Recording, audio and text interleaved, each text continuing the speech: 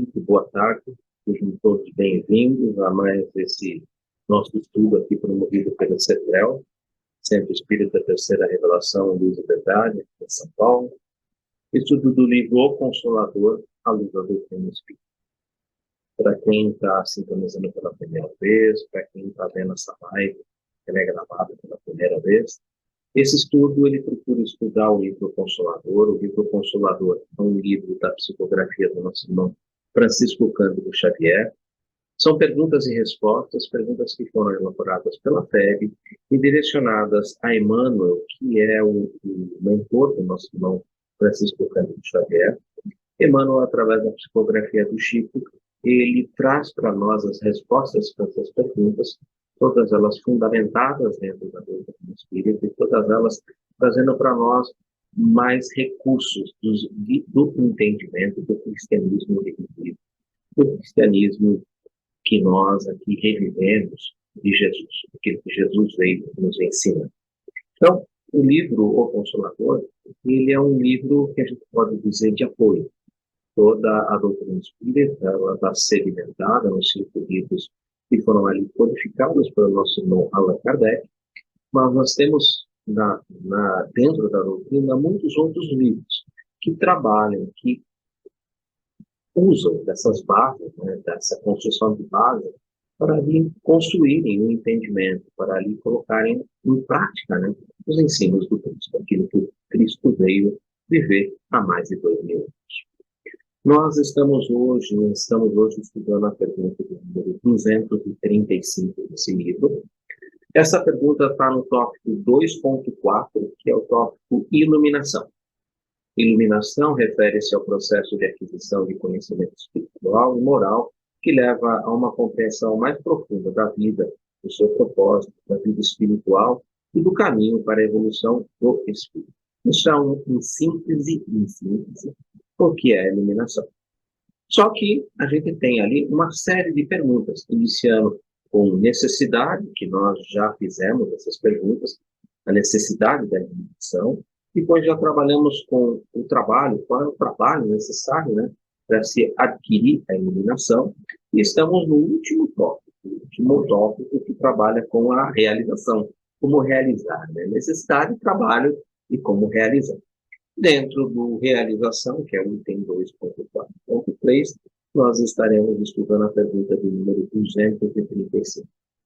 Como nós sempre fazemos, antes de iniciar os nossos estudos, nós vamos elevar uma prece ao nosso Pai, a Deus Todo-Poderoso, nosso Criador, a Jesus, nosso modelo e guia, e a toda a espiritualidade amiga que nos acompanha, nossos guias, mentores, o mentor desse nosso trabalho, você que está ouvindo pela internet, o seu guia, seu mentor, a espiritualidade amiga, os espíritos benfazejos, e mesmo aqueles que estão aqui conosco aprendendo. Todos nós estamos aqui aprendendo.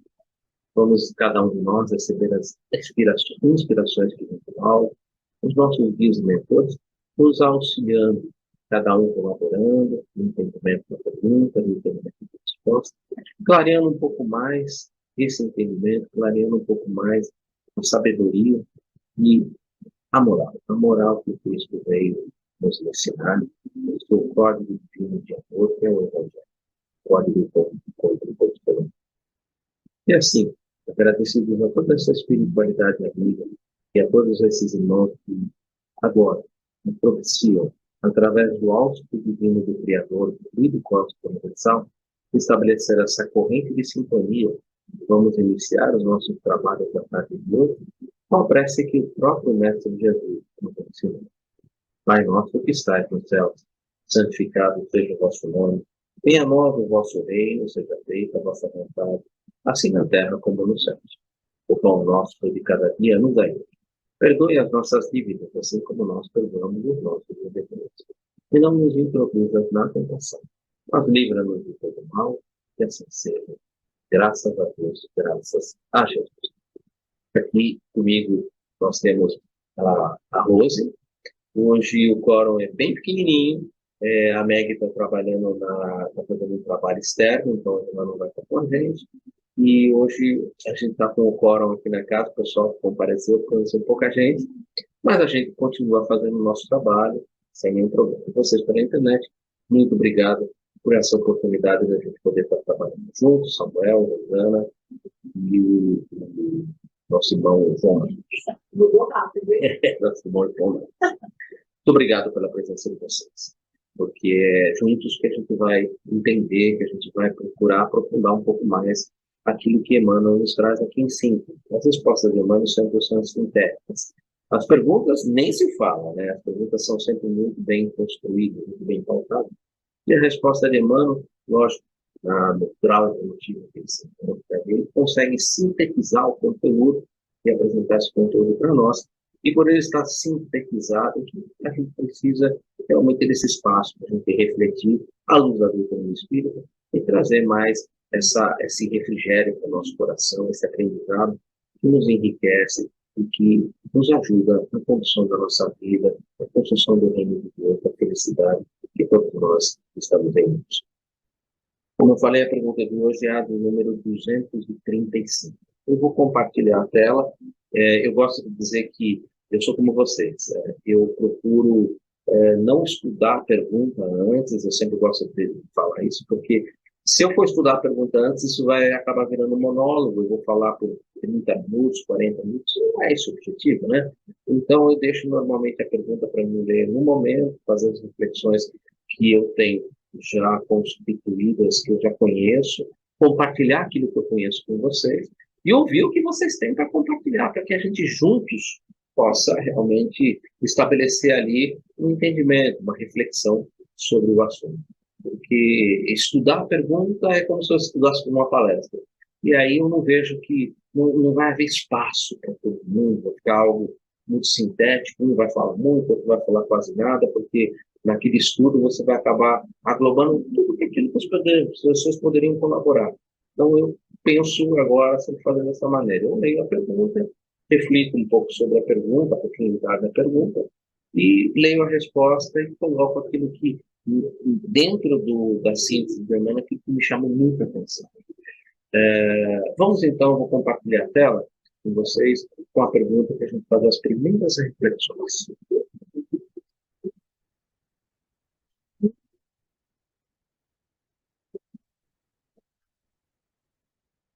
Pergunta 235.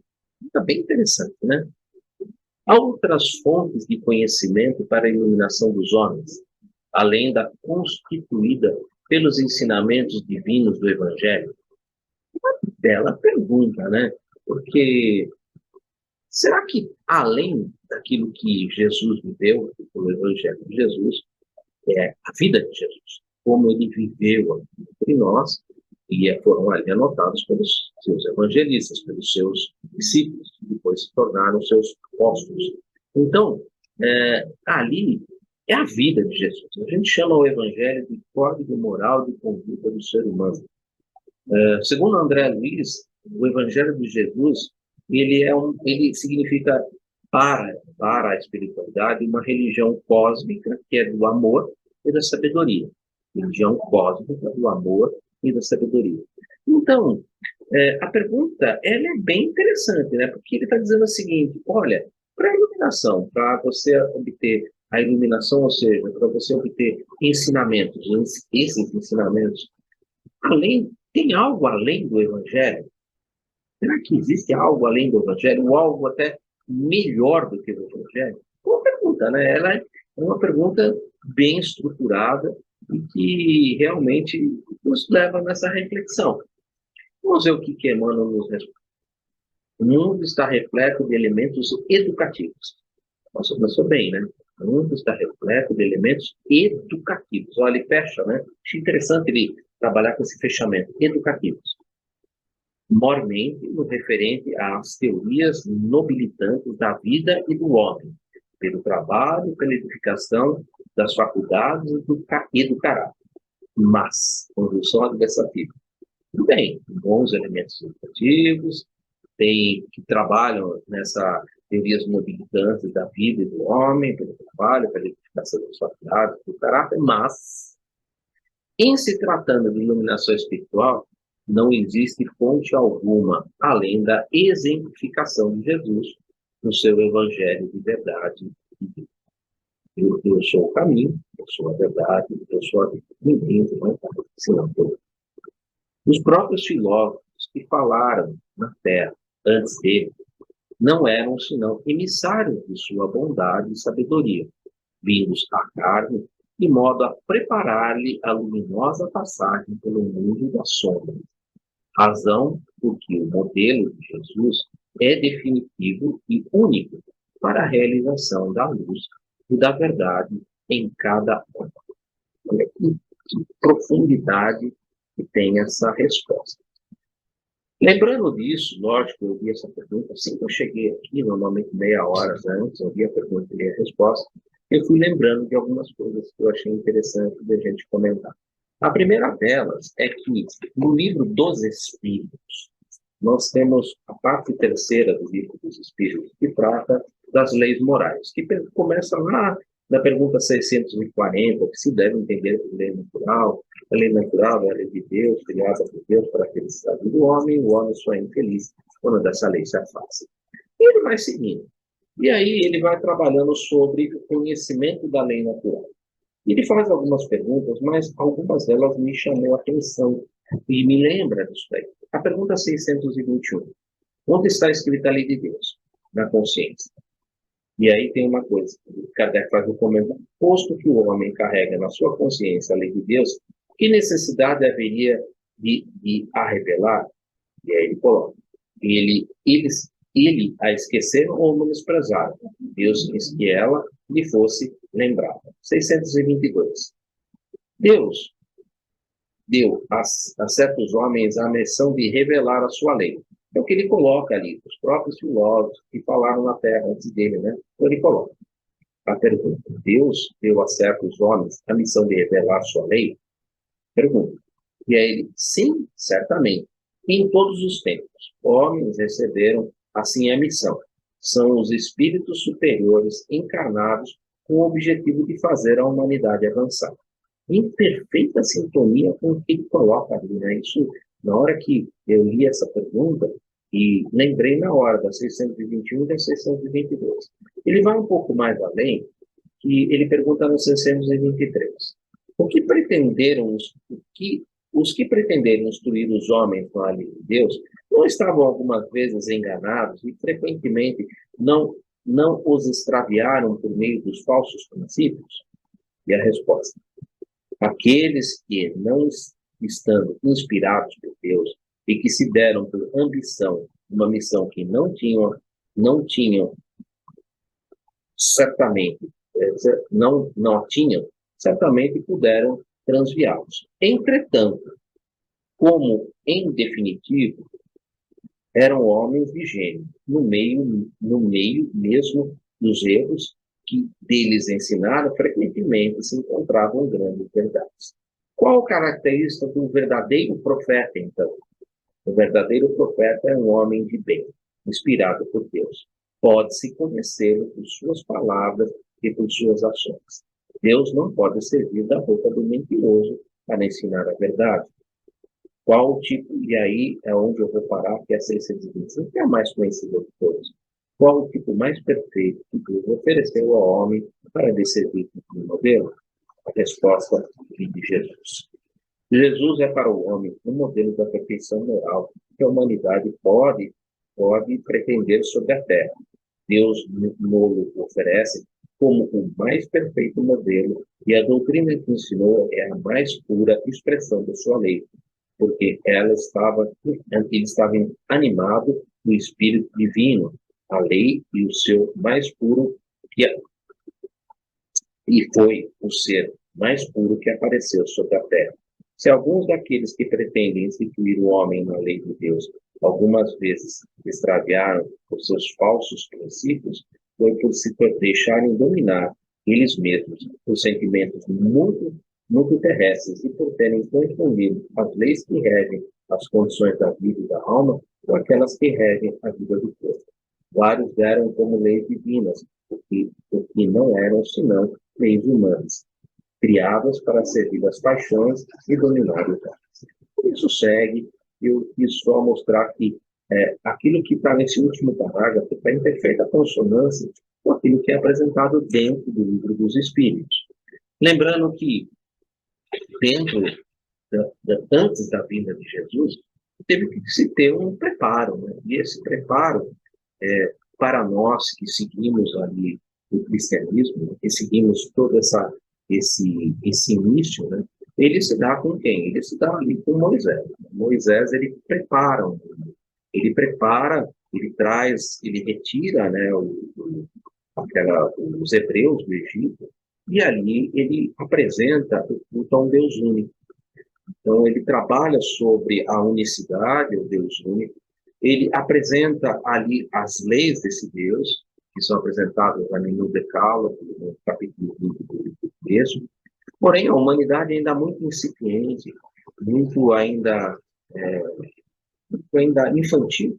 Ela precisava de leis, né? E essas leis ali, para elas receberem uma característica forte, elas foram dadas como também sendo leis divinas. Porém, eram leis que foram atribuídas ali por Moisés e que tinham como ideia de como se fosse um freio na humanidade, a fim de que ela pudesse ali, naquele grupo, né, pudesse ali ir crescendo, se desenvolvendo intelectual, para que esse desenvolvimento intelectual pudesse levar depois a um avanço nas leis e um avanço no conceito moral que essas leis implicam.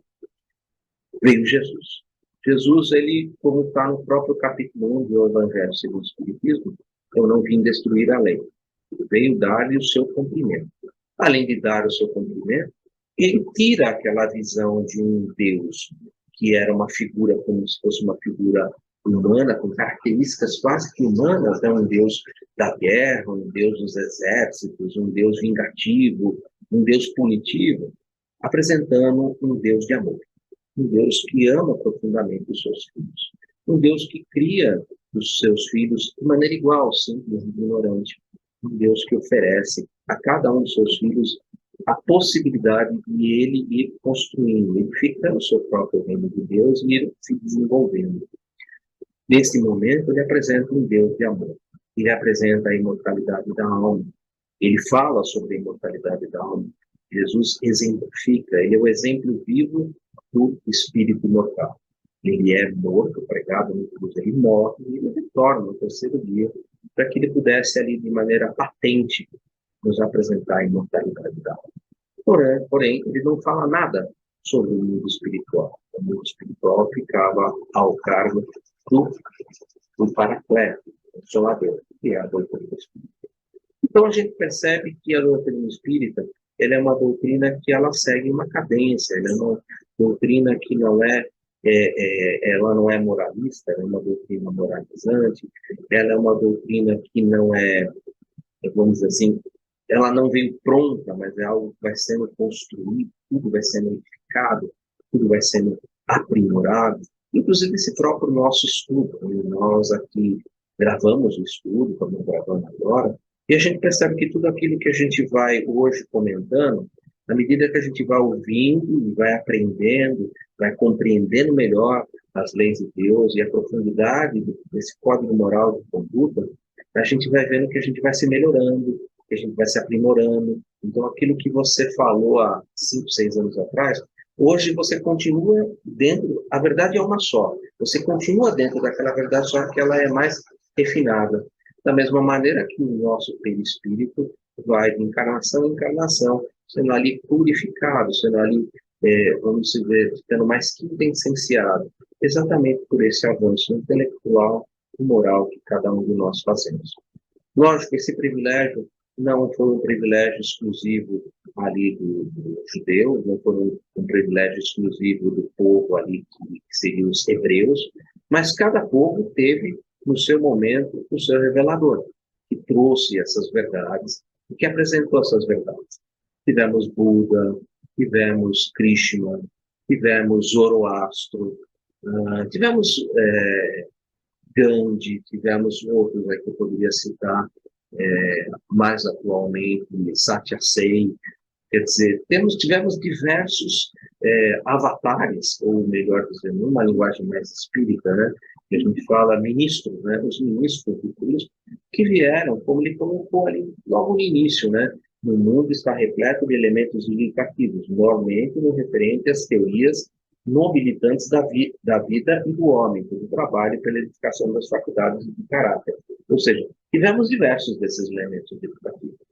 Todos eles vieram apresentar, todos eles mostraram como fizeram essa construção. Moisés era um deles, que fez essa primeira apresentação. Mas no tocante à iluminação mesmo, o Cristo é, sem dúvida nenhuma, esse evangelho, a sua vida, o seu proceder, é realmente aquele que veio nos mostrar como que a gente pode edificar essa luz. Por isso ele mesmo coloca, né, depois que ele termina o Sermão do Monte, que ele fala ali as 9 bem-aventuranças, 7 virtudes e cruz de perseguição, ele chama os seus discípulos e ali, com os seus discípulos, ele trabalha sobre esse processo. Ele fala, brilhe a vossa luz diante dos homens para que vejam as vossas boas obras, mas glorifiquem a Deus que está no céu. Não se acende uma candeia para se colocar debaixo da cama, para se colocar no móvel ou embaixo do alqueire, mas para colocar no velador, para que ilumine a todos que estão na casa. Ou seja, aquilo que vocês estão recebendo, inclusive ele fala, né, sobre o sal, né, para que esse sal, que é preservar aquilo que eles estavam recebendo, para que ele não ficasse insosso, senão não serviria para nada, só para jogar fora e ser pisado. Então, aquilo era o veículo pelo qual eles iam edificar dentro deles o combustível que ia fazer com que a candeia de cada um pudesse brilhar. Né? Essa candeia, que somos nós, vivendo os ensinos de Cristo, ela só brilha se a gente construir em nós, edificar essas virtudes e fazer com que essas virtudes se espalhem por nós, brilhando, servindo de exemplo, como o Cristo foi para nós um exemplo. Nós devemos ter Jesus como modelo e guia. Aprendemos isso na doutrina. Modelo por quê? Tudo aquilo que vocês vão viver, eu vivi e venci. Por isso eu vim mostrar para vocês como é que vocês têm que fazer. E guia, todos os caminhos pelos quais vocês vão passar, eu já passei. Por isso eu vim mostrar para vocês o caminho. Por isso ele é modelo e guia. Então esse processo todo é um processo que ele veio nos apresentar e que é, sem sombra de dúvida, como foi colocado ali, não existe fonte alguma, além dessa identificação de Jesus, para realmente a gente alcançar esse objetivo da nossa vida. Todos eles fizeram esse processo. A gente não pode esquecer, inclusive, de um que às vezes é muito pouco citado, né?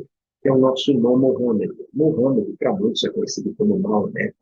Maomé, ele apresenta o Deus único para os árabes. Ele apresenta ali no Corão, ou Alcorão, forma como vocês quiserem utilizar o nome, né? Ele apresenta ali o culto ao Deus único. A gente precisa lembrar que aquele agrupamento todo, antes do profeta, lembre, Mohammed ou Maomé, ele é um profeta. Esse profeta, antes da vinda dele, todos eles tinham ali, eles eram politeístas, acreditavam em muitos deuses. Com a presença de Muhammad como profeta, ele recebe informações através do anjo Gabriel, quer dizer, mensageiro de Deus. Ele recebe essas informações e essas informações são ali anotadas. Ele era um médium de psicofonia, ele era iletrado. Então, ali os seus escribas anotam essas informações que compõem o Alcorão. Ele apresenta para essa comunidade o Deus único. Ele purifica a Kaaba. A Kaaba é aquela estrutura quadrada que a gente já deve ter visto e que fica lá em Meca, né?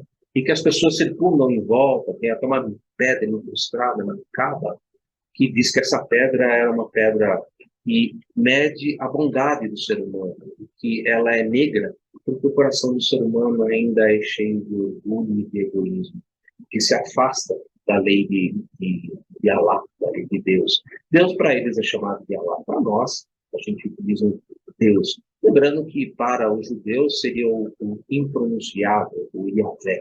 Então, o nome você pode dar o que for, mas ele é o Criador, ele é o Deus único. Ele é aquele que criou tudo e criou todos. Ele é, como definido, o que é Deus? Deus é a inteligência suprema, a causa causal ou a causa primária de toda a pessoa. Muhammad, ele purifica a Kaaba. Ele retira de dentro da Kaaba todos esses deuses e apresenta um Deus único. Olha que coisa bonita que ele faz. Além disso, ele coloca ali uma vivência que, se você for comparar, ela é muito parecida com a própria vida, com a própria estrutura que foi apresentada por Moisés, apresentando ali a esse Deus único, o culto a esse Deus único, o respeito pelas individualidades, o respeito ao ser humano, o respeito ao próximo. O final do Corão, que são shuras, a última shura do Corão, ela fala sobre Muhammad, dizendo que Muhammad morreu e Muhammad ele está em Meca. Porém, Jesus, ele cita Jesus, Jesus está acima de Muhammad, porque Jesus ascendeu aos céus.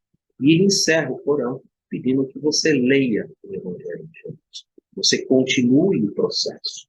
Ali é o processo inicial. Muitos dos nossos irmãos muçulmanos, eles ficam muito presos a esse processo inicial, como os nossos irmãos judeus também, que às vezes ficam muito presos ao Velho Testamento. Mas há, tanto no Velho Testamento, a vinda de Jesus com esse convite, aquele que quiser vir a mim, após-me, renuncie-se a si mesmo, pegue a sua cruz e siga-me. Esse convite que é feito para os judeus, ele é feito para todos. Ali, Muhammad, Maomé, ele faz esse, ao final do Corão, ele faz esse convite, ele apresenta Jesus e apresenta que o muçulmano deveria ler o Evangelho, deveria seguir os processos, deveria seguir o caminho. Então, tudo isso, gente, são processos. E esses processos, eles têm como Jesus como modelo e guia, em Jesus como código moral de conduta do ser humano, e em Jesus que apresenta para nós a religião cósmica, do amor e da sabedoria. Então, dentro dessa resposta, foi o que eu consegui ali absorver e que eu quis aqui compartilhar com vocês. Como eu falei, eu sempre gosto de fazer esse processo de leitura meia hora antes, 40 minutos antes, exatamente para que eu não vá ficar procurando coisas e ampliando muito, senão a gente acaba tomando todo o tempo. Por quê? Importante eu trazer o que eu penso, mas principalmente para mim, o mais importante é ouvir o que vocês podem trazer para a gente, o que isso pode juntar nesse todo esse bolo de coisas que eu apresentei, que vocês vão apresentar, para a gente vai edificando cada vez mais a verdade, construindo mais esse entendimento, não só construindo, colocando isso em prática com as nossas vidas. Obrigado, gente.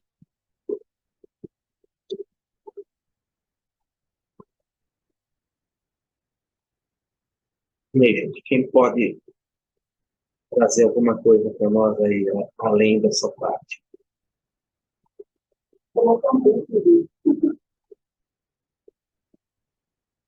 Falar bem é uma coisa, mas tem muita coisa ainda que a gente pode aqui aprofundar. Eu fui por um caminho, eu tenho certeza que há outros caminhos de entendimento dessa,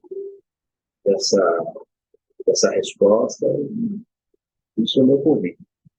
Rosana, por favor, socorre a gente aí, traz mais um pouco de luz para nós. Nossos caminhos. Olá a todos. Boa É uma noite. pergunta muito interessante, com a resposta mais interessante ainda. A resposta, Emmanuel, é muito sábio, porque ele afunila para a Terra. Na pergunta está aberta. A pergunta não limitou a Terra. Falou para os homens. Kardec define homens os espíritos que vivem as suas experiências materiais em qualquer lugar, né? Mas é interessante a resposta, porque Emmanuel dá um foco para o planeta Terra. Então, considerando tudo que a gente já sabe, que é muito pouco, nós estamos em evolução. Nós, com a presença do Cristo aqui, como o próprio Emmanuel coloca em A Caminho da Luz, estava inaugurada a maioridade espiritual da nossa humanidade. Em questão de terra, com certeza a mensagem do Cristo é a mais avançada. É a que está dentro dos padrões cósmicos, vamos dizer assim, das leis imutáveis, das leis espirituais da vida. É óbvio que a divindade não distribui revelações ou conhecimentos se não for de acordo com o nível evolutivo nosso. Mas, com certeza, em todos os lugares, a mensagem do Cristo é a mensagem que nós consideramos, em questão de tudo que nós conhecemos, a mais avançada, a mais atualizada, a mais contemporânea, e hoje está sendo apontada em todas as linhas do conhecimento, né? Então, os psicólogos reconhecem ele como o maior psicólogo. Os que lidam com as questões sociais também apontam ele como o maior. Os que lidam com as questões de diversidade, de parâmetros de tolerância ou de aceitação do outro como ele também é a referência. E só que ele falou numa linguagem proporcional à nossa fase evolutiva. Tanto que ele vai lembrar o salmo lá do Sois deuses, podereis fazer tudo que eu faço e muito mais, dando a entender que tem mais, mas que nós não suportaríamos. Tanto que depois veio outra revelação. Não que suplantou a dele, pelo contrário, deu sentido ao que ele trouxe, mais pontual, porque nós também crescemos em intelecto e entendimento das próprias leis da vida. Nós tínhamos que avançar nas leis biológicas, no entendimento nos mecanismos físicos, químicos, para conseguir compreender pelo menos a vida material, para depois adentrar as questões espirituais. Então, é uma lei cósmica que ele apresenta, obviamente proporcional ao nosso entendimento. E os outros que vieram antes vieram sob o comando dele, para fazer as revelações também proporcionais a cada época, em cada povo, porque se o conhecimento for maior do que nós podemos entender, ofusca, não progride, ele fica estagnado, né? Então, isso é muito interessante, essa pergunta e a resposta também. Nós ainda sabemos muito pouco ou entendemos muito pouco o que realmente o Cristo quis dizer e apresentar à humanidade. Tanto que há muitas interpretações, múltiplas formas de entendê-lo, de aceitá-lo, e até gera conflitos e guerras entre as formas de entendimento. Então, se sentarem 5 cristãos numa mesa, mesmo espíritas, eles vão ter divergências. O conhecimento é o mesmo, o que foi apresentado é o mesmo, mas em corações e solos muito diferentes, né? Então,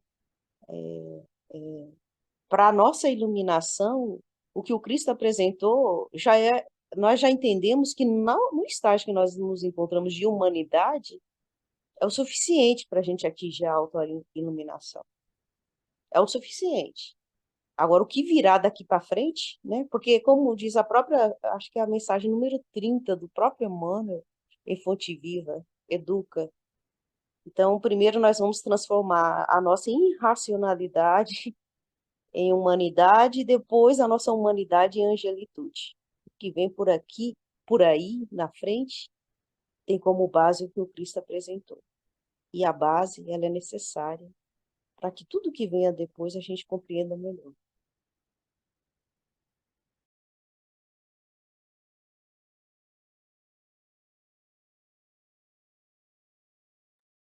Muito bem, Rosana, obrigado. Nossa, me lembrou de uma outra coisa que a gente aprende, né, que a doutrina espírita, como todas as outras doutrinas, ela é uma doutrina progressiva, não progressista. Se ela fosse progressista, aí entraria naquele rol de alguns espíritos que dizem que a obra de Kardec está ultrapassada. Nossa, eu acho que vou precisar de muitas encarnações ainda para compreender a obra de Kardec. Mas voltando, fechando esse parênteses e voltando, ela é progressiva, como todas, tudo aquilo que a gente vai aprendendo na nossa vida é progressivo, né? A gente entra na escola para aprender as letrinhas, depois aprende a limpar as letrinhas, depois aprende a compor textos e assim sucessivamente. Aprende os números, aprende a somar, dividir, multiplicar. fazer equações, inequações e tudo progressivamente. Da mesma maneira, as revelações, elas são todas progressivas. Esses nossos irmãos que antecedem o Cristo ele vem preparar o terreno. Gostei muito da Rosana lembrar do coração, o coração simbolizando esse terreno, né, a parábola do semeador, né? O coração ali simboliza o terreno. E ali você tem diversos tipos de terreno. Para cada terreno, você tem uma produção. Ao final, né, a semente caindo ali num terreno bom, ela pode produzir 30, 60 ou 100. Depende do terreno, depende do avanço, depende de quanto você já conseguiu ali avançar, que vai ser a sua produção. Importante lembrar, né, que Emmanuel coloca, né, na terra, né, os próprios filósofos que fizeram na terra, antes dele, né? Então, é interessante, mas da mesma maneira, eu quero lembrar que o próprio André Luiz nos fala, né, que aquilo que Jesus apresenta, ele é uma religião cósmica do amor e de sabedoria. Quer dizer, esse evangelho que a gente aprende aqui não é só para viver nesse mundo. Aquilo que o evangelho, que é a boa nova, aquilo que Jesus vive, serve para qualquer lugar que você for. É como se fosse a cartilha. Então, nós estamos ainda no planeta de provas e expiações. Então, é como se fosse uma cartilha. E essa cartilha, vamos dizer assim, esse livro base, né, da vida, que Jesus aprende, que apresenta a vida, que é o seu evangelho, ele serve para qualquer lugar que a gente for. É interessante que Emmanuel tem um livro que é apresentado, que é aquele que ele diz que é como se fosse uma cartilha do mundo espiritual, que é um livro bem complexo, que é o Pensamento e Vida. Pensamento e Vida. Pensamento e Vida é um livro assim que é apresentado no mundo espiritual para quem chega lá, falando, olha, lê esse livro aqui, porque isso aqui é cartilha de como viver aqui no mundo espiritual. Né? Fui chamando a atenção a tudo aquilo que a gente precisa aqui no planeta Terra, absorver daquilo que foi trazido, daquilo que foi dito por Jesus. Isso é muito, muito importante. Né? No mundo espiritual, o pensamento é o que ali faz a vida estar em torno de você. Tudo que está ali em torno de você é reflexo daquilo que você vive, daquilo que você pensa. O Pensamento de Vida parece ser um livro muito difícil, mas ele é o beabá do mundo espiritual. E é um livro difícil da gente estudar, mas ele é necessário, muito necessário, porque ele dá esses fundamentos, os fundamentos que ali foram vividos aqui por Jesus na Terra, porque a nossa vida como espírito é reflexo daquilo que a gente vive aqui na Terra. E se a gente viver como Jesus, como uma teoria, a gente vai ter uma vida espiritual realmente pautada nos ensinos dele e naquilo que o pensamento e vida ali nos apresenta. Rosana, por favor, complementa. Estava aqui pensando, né? Se é a base, é também o principal. Vamos pegar só um princípio da missão do Cristo, que tem a referência à imortalidade da alma. Ele mesmo volta e prova a imortalidade da alma. Essa é uma lei cósmica, universal ou multiversal, não importa qual seja o termo. Em todos os tempos, independente da gente saber ou não, ela existe, ela nos afeta e ela nos rege. Então, daqui a 1 milhão de anos, o mesmo princípio vai estar regendo a nossa vida. Olha a dimensão do Evangelho, né? Porque todos os princípios espíritas estão no Evangelho. Né? Inclusive, a gente fez um artigo a respeito disso, e é muito interessante porque a gente só focou nos princípios principais espíritas.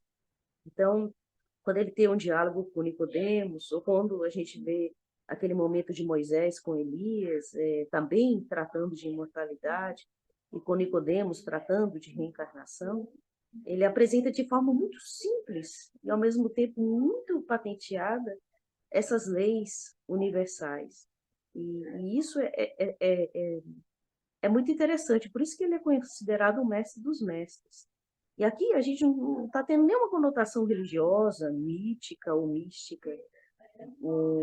É questão de pureza de entendimento da vida, o que ele apresentou para nós. Então, não há nada comparável. E mesmo que a gente viva 1 bilhão de anos, o conteúdo que ele apresentou é o que rege a vida. Então, daqui a 1 bilhão de anos, não sei como estará a nossa autoiluminação, a nossa iluminação, né? Já que a gente é constituído aí de alguns milhares de milhões de anos para fazer o nosso processo evolutivo. Mas que isso é a base, é o essencial e é também o foco para chegar na pureza do espírito, isso aí não resta dúvida para nós, né?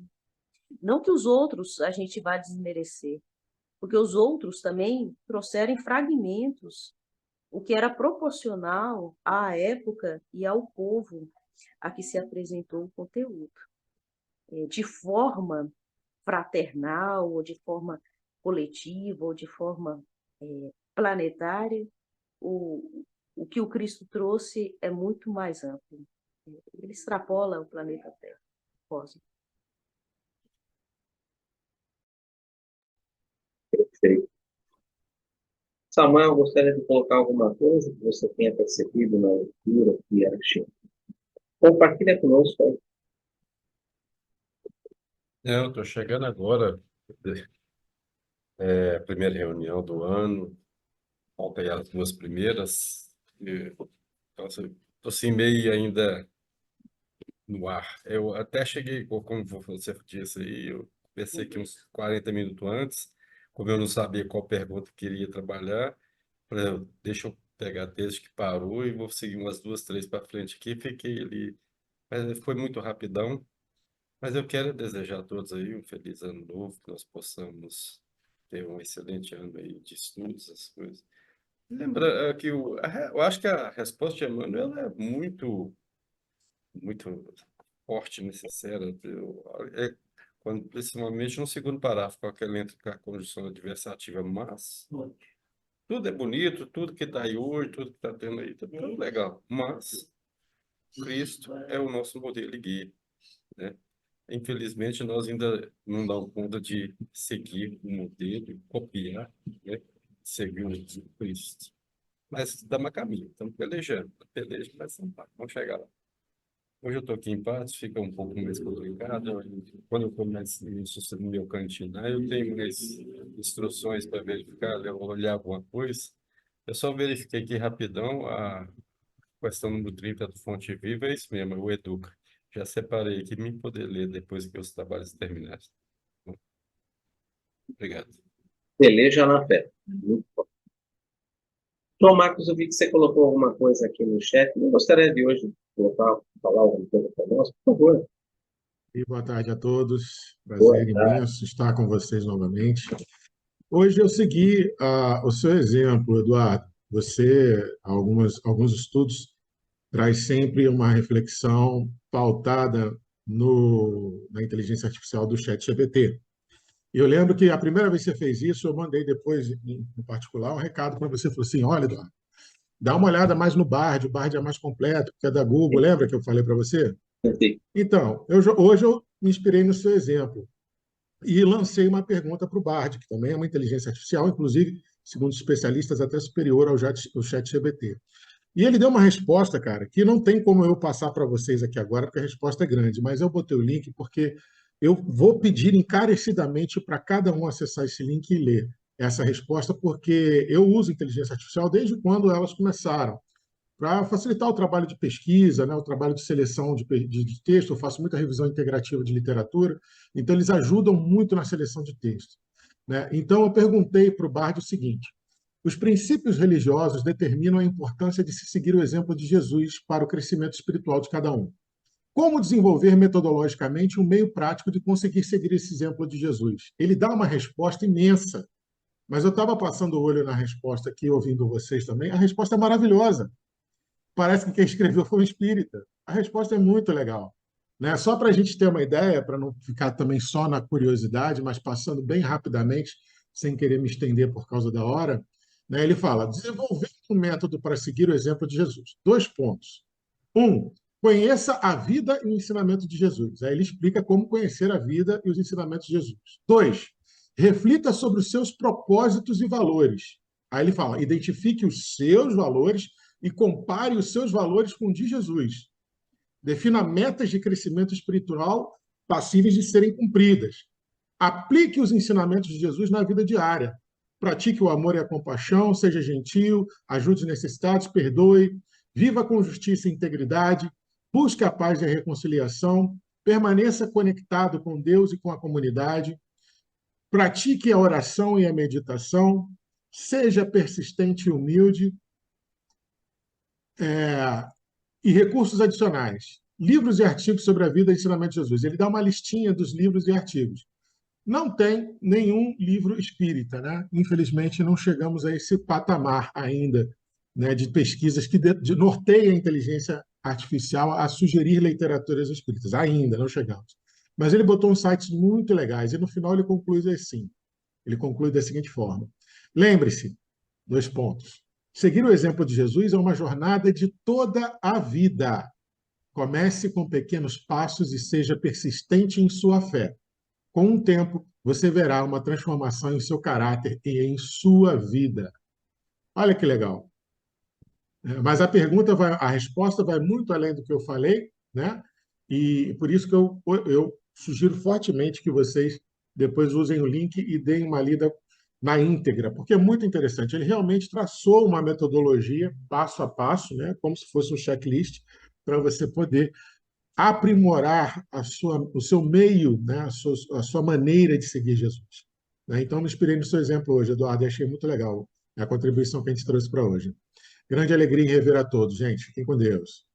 Essa alegria é muito grande também. E queria te pedir, João Marcos, se possível, como você tem ali o meu WhatsApp, coloca para mim o link no WhatsApp, e depois eu compartilho com o pessoal no outro canal, apesar que aqui na gravação, depois lá, quando eu levantar no YouTube, eu vou colocar o link que você colocou nas observações. Tá? Mas se você puder me passar, porque às vezes na gravação, quando eu for editar para colocar no YouTube, eu não tenho acesso ao que estava no chat, às vezes apaga. E se você puder me mandar no WhatsApp, eu coloco no descritivo lá do canal. Muito obrigado. A gente tem que realmente, gente, usar todos os recursos que a gente tem hoje em dia, e um dos recursos que Deus nos deu, né? A gente não tem nada aqui que não seja Deus permitiu, né, que a gente tivesse essa inteligência artificial, e como tudo é neutro, né, a inteligência artificial pode ser utilizada para o bem, pode ser utilizada para o mal. Uma própria mediunidade em si é neutra, né, ela pode ser utilizada para mediunidade com Jesus ou para mediunidade sem Jesus, em todos os sentidos. Inclusive, eu toquei nesse aspecto da mediunidade, porque fica também aqui o convite, né, para quem está aqui no grupo, para quem está aqui na sala, e para quem estiver ouvindo aqui a gravação depois, assistir o filme Nosso Lar 2, é um bom filme, né? Ele vai trabalhar com o livro Nosso Lar, ele trabalha com alguns capítulos do livro Nosso Lar, apresentando a Ariane Seto, a Derrocada do Otávio, Fernando, alguns capítulos que estão aí no livro Os Mensageiros, não são todos os capítulos, ele trabalha com alguns capítulos em específico, e vai trabalhar com alguns capítulos do livro Obreiros da Vida Eterna. O filme em si, ele traz uma ideia muito bacana, eu acho que, penso eu que ele é rico, ele é bom para a divulgação da própria doutrina espírita, e ele serve de um alerta para todos, não só para aqueles que estão dentro da doutrina espírita, mas para aqueles que estão ali conhecendo pela primeira vez e se ingressando na doutrina espírita, a necessidade de estudar, a necessidade de conhecer Jesus, de conhecer o Evangelho, de conhecer a mediunidade com Jesus. Porque o livro e o filme enfocam realmente nesse problema daquele que vem conhecer o Espiritismo, conhece o Espiritismo, mas se encanta apenas pelas coisas, vamos dizer assim, pela parte fenomenológica, pelo fenômeno, mas esquecem que precisam compreender o fenômeno, que precisam estudar o fenômeno, que precisam conhecer aquele fenômeno, porque Jesus mesmo diz, podem saber o que eu faço e muito mais. Só que se a gente poder, pelo menos, conhecer o que ele faz, e quem sabe um dia fazer muito mais do que ele ali apresentou, a gente precisa estudar com profundidade, a gente precisa conhecer. Então, fica aqui a dica, assista o filme e estude. Estude. Se você quer começar a ter uma ideia do que é isso daí, comece pelos 4 primeiros capítulos do Livro dos Médiuns, ali há espírito do maravilhoso ao sobrenatural, do sistema do método. Esses 4 capítulos são fundamentais para aquele que ali está conhecendo a doutrina, já tem uma pequena, já leu um pouco do Livro dos Espíritos, já ouviu muitas palestras, mas quer saber como é que é esse processo da educação, principalmente do ESD, dos ESDs, né? Ensino sistematizado da doutrina espírita, leia esses 4 capítulos que fazem parte da introdução do Livro dos Médiuns. Isso é fundamental. Se a gente tivesse, se o movimento espírita tivesse se baseado nesses 4 capítulos, o Wesley não tinha nascido em 1993, ele teria nascido muito, muito tempo antes, porque Kardec já falava ali sobre o maravilhoso, o sobrenatural, o método do sistema que a gente precisava para que a gente pudesse praticar a mediunidade com Jesus. Então, esse ponto eu gostaria de chamar a atenção. Eu sei que isso vai ficar na gravação, que depois vai se tornar um pouco obsoleto, mas a gente está chamando a atenção a um filme que tá sendo, iniciou aí dia 25 de janeiro, que é o filme Nosso Lar 2, Os Mensageiros. Assista o filme e reflita, é bem interessante, vale a pena. Alguém gostaria de colocar mais alguma coisa, gente? Aproveitar esses nossos minutos finais.